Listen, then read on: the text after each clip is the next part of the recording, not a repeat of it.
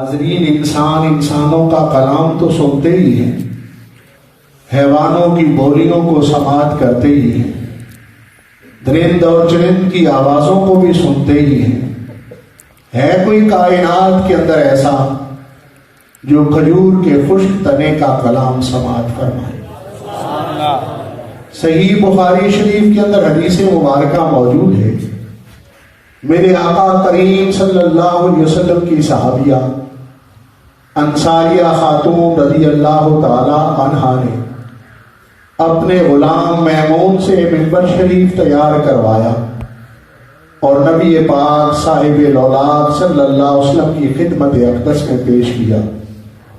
اللہ کے حبیب جناب مصطفیٰ کریم صلی اللہ علیہ وسلم جب خطبہ ارشاد فرمانے کے لیے منبر شریف پر تشریف فرما اور جلوہ فرما ہوئے تو ایک بچے کے بلکنے کی آواز، ایک بچے کے رونے کی آواز، ایک بچے کے سسکنے کی آواز مسجد نبوی شریف کے اندر سنائی دی گئی۔ صحابہ کرام رضوان اللہ اجمعین ششدر و حیران ہیں، رونے والا کون ہے، بلکنے والا کون ہے، سسکنے والا کون ہے؟ مسجد نبوی شریف میں تو کوئی بچہ موجود نہیں جنہیں رب تعالیٰ نے یہ شان عنایت فرمائی ہے کہ وہ سنتے بھی ہیں اور پہچانتے بھی ہیں۔ وہ منبر شریف سے نیچے جلوہ فرما ہوئے اور مسجد نبوی شریف کا وہ ستون جسے استوانہ حنانہ سے تعبیر کیا جاتا ہے وہاں جا کر کھڑے ہو گئے اور کھجور کے خشک تنے پر دست شفقت رکھ دیا۔ دلائل النبوہ کے اندر موجود ہے، میرے آقا کریم صلی اللہ علیہ وسلم نے ارشاد فرمایا، چاہے تو تجھے ہرا کر دوں اور قیامت تک لوگ تیرا پھل کھاتے رہیں، اور چاہے تو تجھے جنت کا درخت بنا دیا جائے۔ کھجور کے تنے نے عرض کیا، حضور مجھے جنت کا درخت بنا دیا جائے۔ میرے آقا کریم صلی اللہ علیہ وسلم نے درخواست کو منظور فرما لیا تو رونے کی آواز ختم ہو گئی، بلکنے کی آواز ختم ہو گئی۔ اسی لیے تو بریلی کے تاجدار نے ارشاد فرمایا، دور و نزدیک سے سننے والے وہ کان لالے کرامت پہ لاکھوں سلام۔ میرے آقا کریم صلی اللہ علیہ وسلم کا معمول مبارک یہ تھا کہ جب منبر شریف تیار نہیں ہوا تھا تو آپ کھجور کے خشک تنے پر دست شفقت رکھتے اور خطبہ شریف ارشاد فرمایا کرتے تھے۔ جب منبر شریف تیار ہوا، آقا کریم صلی اللہ علیہ وسلم منبر شریف پر جلوہ فرما ہوئے تو کھجور کا خشک تنا ہجر رسول کے اندر، فراق رسول کے اندر، جدائی رسول کے اندر، قرب رسول سے محرومی کے سبب آقا کریم صلی اللہ علیہ وسلم کی بارگاہ میں شکایت عرض کرنے لگا۔ اللہ کے حبیب نے دست شفقت رکھا تو قرار نصیب ہو گیا، اطمینان حاصل ہو گیا۔ اسی لیے تو بریلی کے تاجدار نے ارشاد فرمایا، دور و نزدیک سے سننے والے وہ کان لالے کرامت پہ لاکھوں سلام۔ شرکائے عرس شریف انسانوں کا کلام تو سنتے ہی ہیں، حیوانوں کی بولیوں کو بھی سماعت کرتے ہیں، درند اور چرند کی آوازوں کو بھی سنتے ہیں۔ ہے کوئی کائنات کے اندر ایسا بکری کو ذبح کر دیا گیا ہو، اس کی بوٹیوں کو الگ الگ کر دیا گیا ہو، سنجی کی کیفیت کے اندر اسے بھونا گیا ہو، پھر وہ کلام کرے اور اسے کوئی سماعت فرمائے؟ حدیث مبارکہ میں کلمات عرض کر رہا ہوں، میرے آقا کریم صلی اللہ علیہ وسلم کی دعوت غزوہ خیبر کے موقع پر یہودیوں نے پکائی اور آپ کی بارگاہ اقدس میں بکری کی ران سنجی کی کیفیت کے اندر بنی ہوئی آپ کی بارگاہ میں پیش کی گئی۔ صحابہ کرام رضوان اللہ اجمعین منتظر ہیں کہ مصطفیٰ کریم صلی اللہ علیہ وسلم کب کھانے کا آغاز فرماتے ہیں۔ کب بسم اللہ شریف فرماتے ہیں؟ اللہ کے حبیب جناب مصطفیٰ کریم صلی اللہ علیہ وسلم نے ارشاد فرمایا ان ھذا الذراع یخبرنی انہ مسموم، بے شک یہ بکری کی ران مجھے خبر دیتی ہے کہ بے شک وہ زہر آلود ہے، اس پر زہر لگایا گیا ہے۔ دور و نزدیک سے سننے والے وہ کان لالے کرامت پہ لاکھوں سلام۔ سبحان اللہ،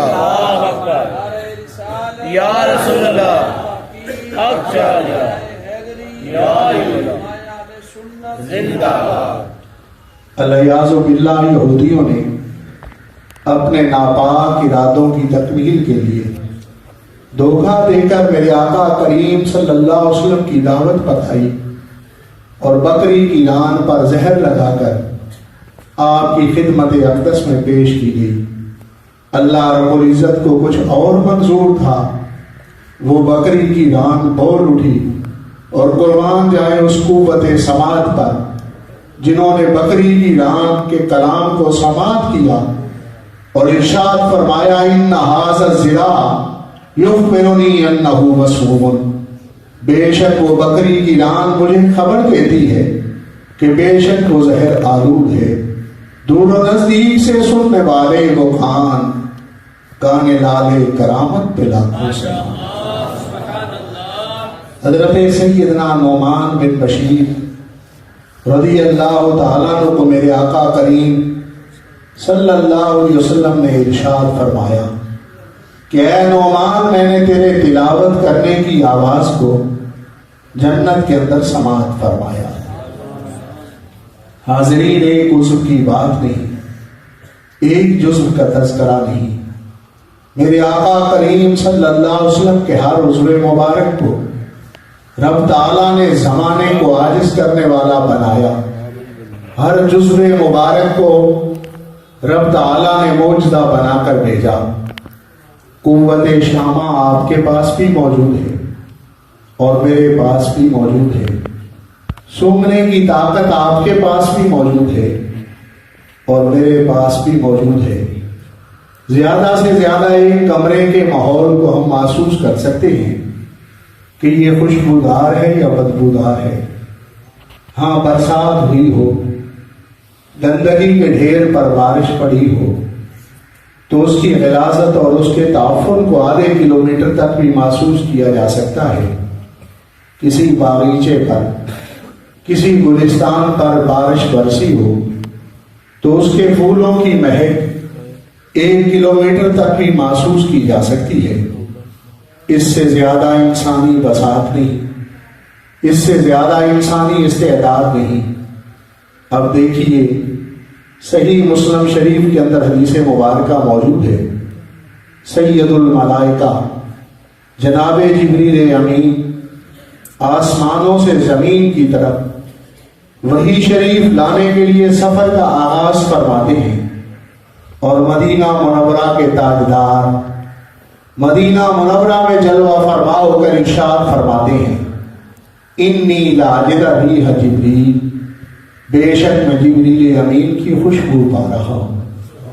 دیکھا آقا کریم صلی اللہ علیہ وسلم کی سونگنے کی شان کو، آپ زمینوں پر تشریف فرما ہو کر جبریل امین کی خوشبو جو آسمانوں میں بکھرتی ہے اسے محسوس فرما لیتے ہیں۔ اسی لیے تو بریلی کے تاجدار نے فرمایا اللہ کی سرتابہ قدم شان ہے یہ، انسان نہیں کوئی انسان، وہ انسان ہے یہ۔ میرے آقا کریم صلی اللہ علیہ وسلم کا ہر عضو مبارک زمانے کو عاجز کرنے والا ہے۔ میرے آقا کریم صلی اللہ علیہ وسلم کے ہر جزو مبارک کو رب تعالیٰ نے معجزہ بنا کر بھیجا ہے۔ مصطفیٰ کریم صلی اللہ علیہ وسلم کے سراپا اقدس کا ہر حصہ مبارکہ بول بول کر کائنات میں یہ اعلان کرنے والا ہے جس خالق نے اسے تخلیق فرمایا وہ بھی شان الوہیت کے اندر سچا ہے، جنہیں یہ عالی وصف عنایت فرمایا گیا وہ بھی مسند رسالت کے اندر سچے ہیں۔ مشکات شریف کے اندر حدیث مبارکہ موجود ہے، ابو لہب کے شکی القلب بیٹے نے الیاذ باللہ بارگاہ نبوت کے اندر بے ادبی کی، ناپاک جسارت کی، اللہ کے حبیب جناب مصطفیٰ کریم صلی اللہ علیہ وسلم نے شان رحمت للعالمینی کے باوجود رب تعالیٰ کی بارگاہ میں ہاتھ اٹھا دیے، اللہم سلط علیہ قلبا من کلابک، یا الہ العالمین اپنے کتوں میں سے کوئی ایک کتا اس بدبخت پر مسلط فرما۔ مشرکین مکہ کا یہ معاملہ تھا کہ وہ دلوں سے میرے آقا کریم صلی اللہ علیہ وسلم کی رسالت کو تسلیم کرتے تھے، قبائلی تعصب کی بنیاد پر زبانوں سے آپ کی نبوت کا اظہار نہیں کرتے تھے۔ ابو لہب تک جب یہ بات پہنچی تو اسے یقین واثق ہو گیا کہ میرے بیٹے کا یہی انجام ہوگا۔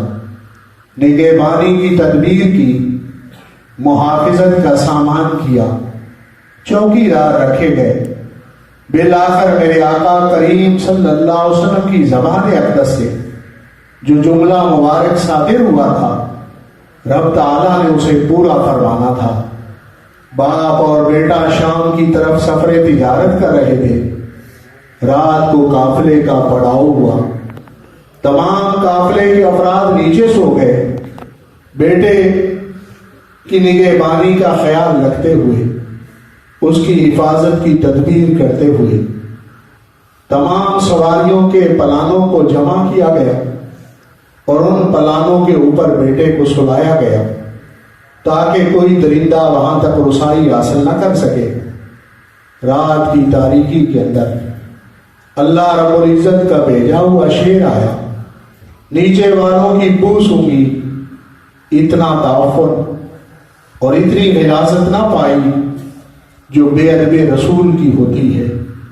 اپنے ہدف کو تلاش کرتا ہوا پلانوں کے اوپر گیا، نشانے کو سامنے پایا، چیر کر رکھ دیا۔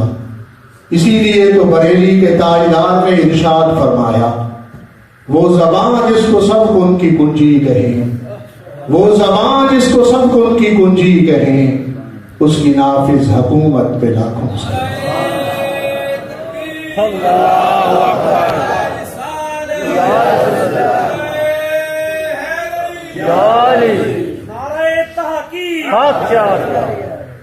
میرے آقا کریم صلی اللہ علیہ وسلم کا ہر عضو مبارک زمانے کو عاجز کرنے والا ہے۔ میرے آقا کریم صلی اللہ علیہ وسلم کے ہر جزو مبارک کو رب تعالیٰ نے معجزہ بنا کر بھیجا ہے۔ میرے آقا کریم صلی اللہ علیہ وسلم غزوہ بدر کے اندر شریک ہیں۔ 313 جانثاران محمد صلی اللہ علیہ وسلم آپ کی معیت کے اندر موجود ہیں۔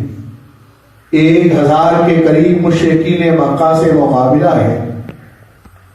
اہل ایمان کی مبارک جماعت حق اور باطل کی امتیاز کو قائم کرنے کے لیے مشرکین مکہ سے مصروف جہاد ہے۔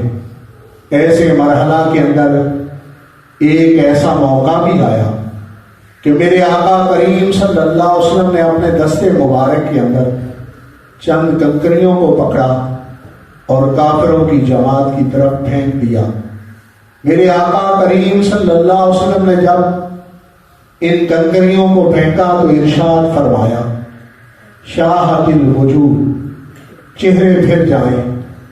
میرے آقا کریم صلی اللہ علیہ وسلم کا چند کنکریوں کو پھینکنا تھا، ہر کافر کو وہ کنکری جا کے لگی، ہر ایک پر رعب و دبدبہ چھا گیا، ہر ایک پر جلال و غیبت چھا گئی اور ہر کافر پیٹ پھیر کر بھاگنے لگا۔ میرے خالق نے کلام ربی میں ارشاد فرمایا، وَمَا رَمَيْتَ إِذْ رَمَيْتَ وَلَٰكِنَّ اللَّهَ رَمَىٰ، نہیں آپ نے پھینکی جبکہ آپ نے پھینکی ہیں لیکن اللہ رب العزت نے پھینکی ہیں۔ یہ مصطفیٰ کریم صلی اللہ علیہ وسلم کے دستے مبارک کا معجزہ ہے۔ ایک ہاتھ سے چند کنکریاں پھینکی جائیں، کتنے افراد کو لگ سکتی ہیں؟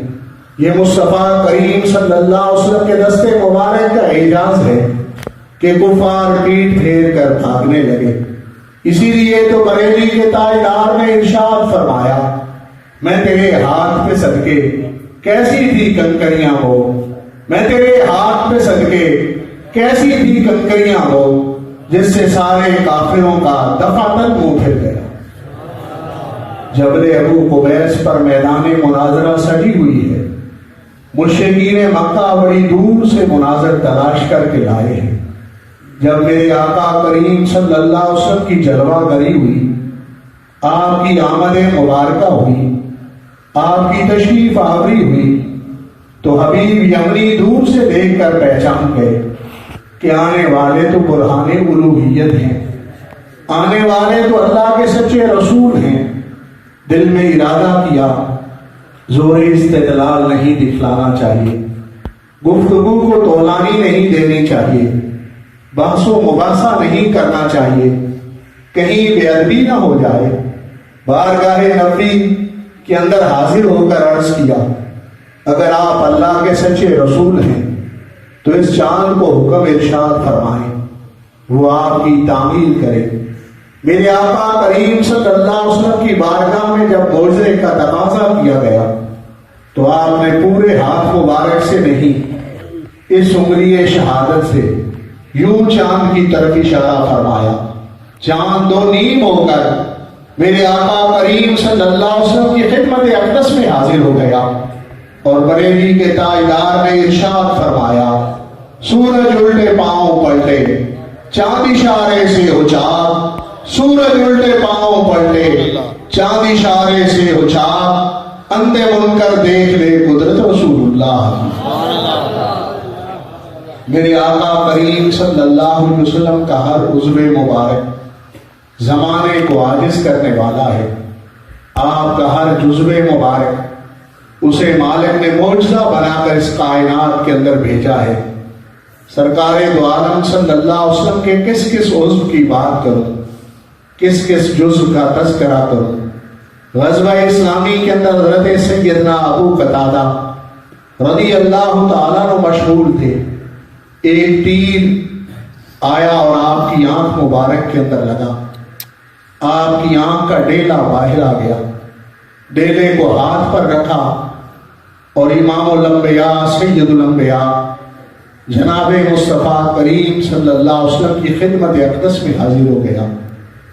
دیکھیں صحابہ اکرام رضوان اللہ اجمعین کا عقیدہ تمہارے عقیدے سے کس قدر موافقت رکھتا ہے۔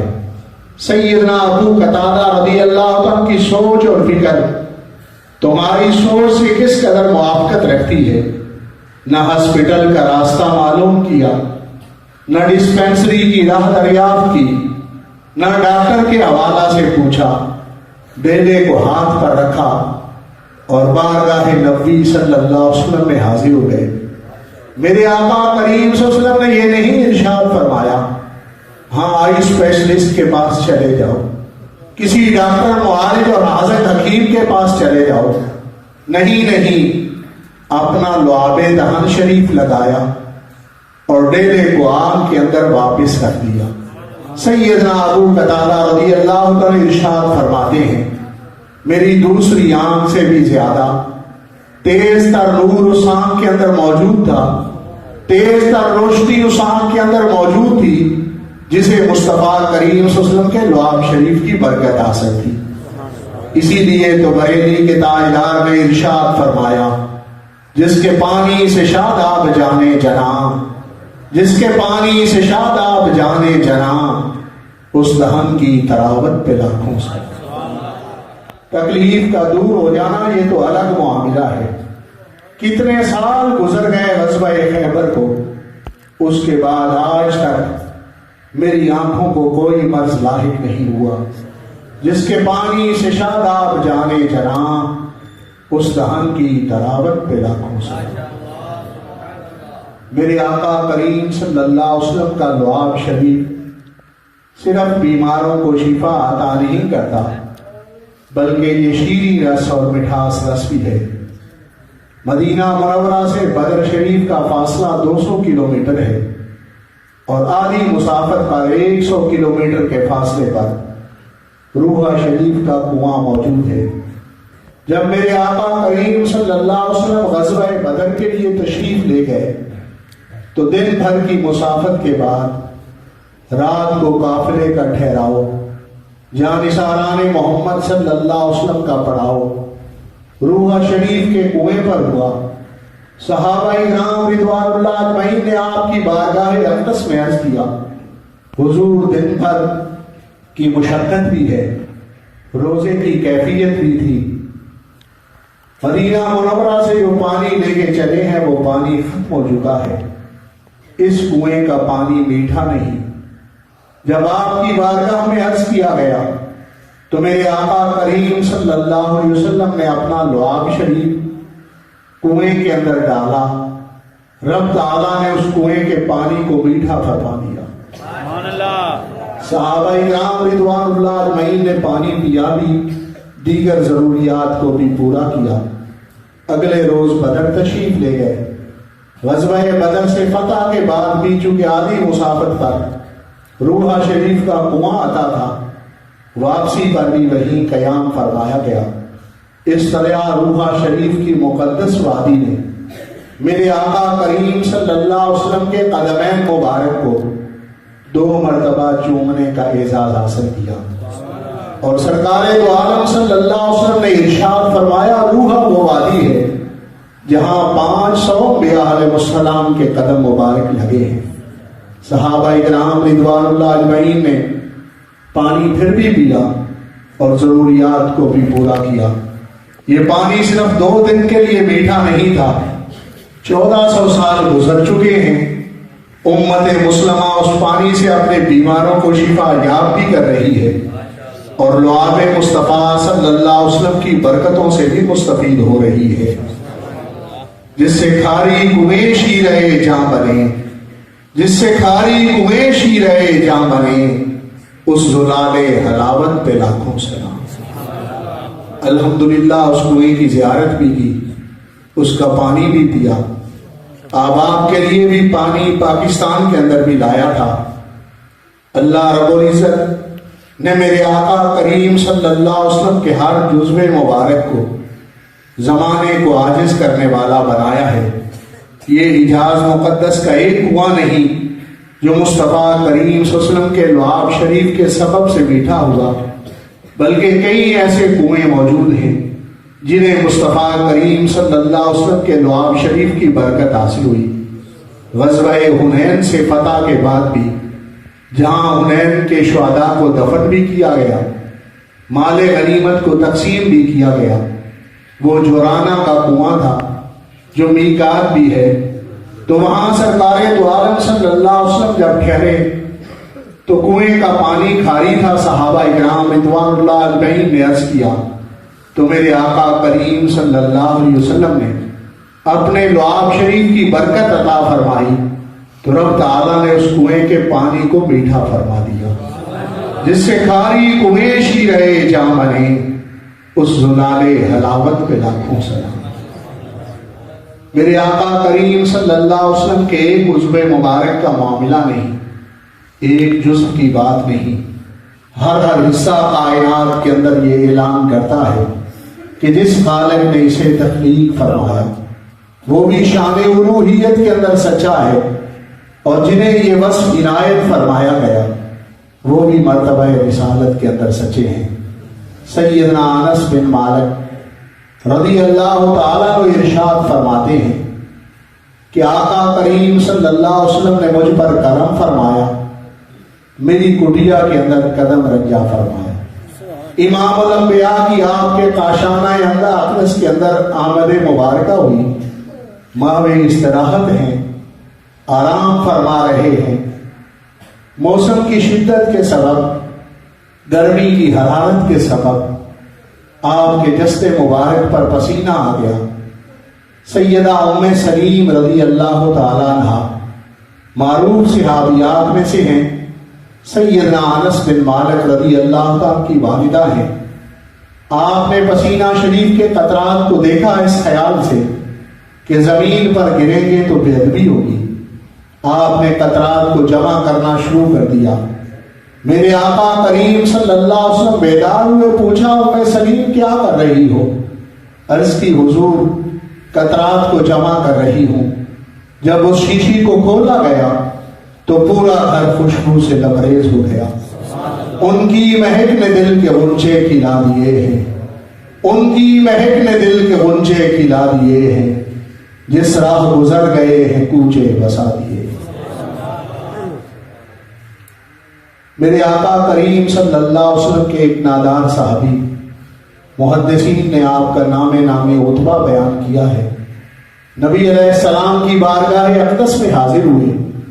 عرض کیا آقا کریم صلی اللہ علیہ وسلم بیٹی کی رخصتی کا مرحلہ آیا ہے اور گھر کے اندر کوئی خوشبو موجود نہیں. میرے آقا کریم صلی اللہ علیہ وسلم کاشانہ نبوت میں تشریف لے گئے، حجرات مبارکہ میں تشریف لے گئے. امہات المومنین رضوان اللہ علیہن سے ارشاد فرمایا گھر کے اندر کوئی خوشبو ہے. عرض کی گئی حضور گھر میں کوئی خوشبو موجود نہیں. میرے آقا کریم صلی اللہ علیہ وسلم کا طریقہ مبارکہ یہ تھا، کبھی کسی سواری کو خالی ہاتھ نہیں لوٹاتے تھے. آپ نے اپنے پسینہ شریف کے قطرات کو ایک شیشی کے اندر ڈالا اور نادار صحابی رضی اللہ عنہ کی درخواست کو پورا فرما دیا. بڑی خوشی اور مسرت سے دربار رسالت سے گھر کی طرف لوٹے کہ بارگاہ نبی سے امید بر آئی ہے. آقا کریم صلی اللہ علیہ وسلم نے مراد کو پورا فرما دیا ہے. بیٹی کی رخصتی کا مرحلہ آسان ہو گیا ہے. جب گھر پہنچے بیٹی کو نہلایا گیا، دلہن کا لباس پہنایا گیا. جب خوشبو لگائی گئی تو رخصتی کے موقع پر جو خواتین آئی تھیں، جو سہیلیاں آئی تھیں بیٹی کو دعائیں دینے کے لیے، انہوں نے پوچھا یہ خوشبو کہاں سے لائے ہو، کس عطار سے بنوائی ہے، کس دکان سے خریدی گئی ہے؟ جواباً کہا گیا کہ میں نے کسی دکان سے نہیں خریدی، کسی عطار سے نہیں بنوائی، بلکہ میں نے اپنے آقا کریم صلی اللہ علیہ وسلم سے یہ خوشبو پائی ہے. ان کی مہک نے دل کے غنچے کھلا دیے ہیں. جس راہ گزر گئے ہیں کوچے بسا دیے. عظمت رسول کا بیان ایسا بیان ہے جو کبھی بھی مکمل نہیں ہو سکتا، اور میرے جیسا کم علم آدمی اس موضوع کی تکمیل کر بھی کیسے سکتا ہے. اپنی کم علمی کا اعتراف اور اس بارگاہ کی بلندی کا اعتراف ان لفظوں میں کروں گا. شان ادھی وچ میں کی کہنا کیے میرے پلے، اونے سبھاں نالوں اونچے رب سونے تو تھلے وما علیہ الا البلاغ.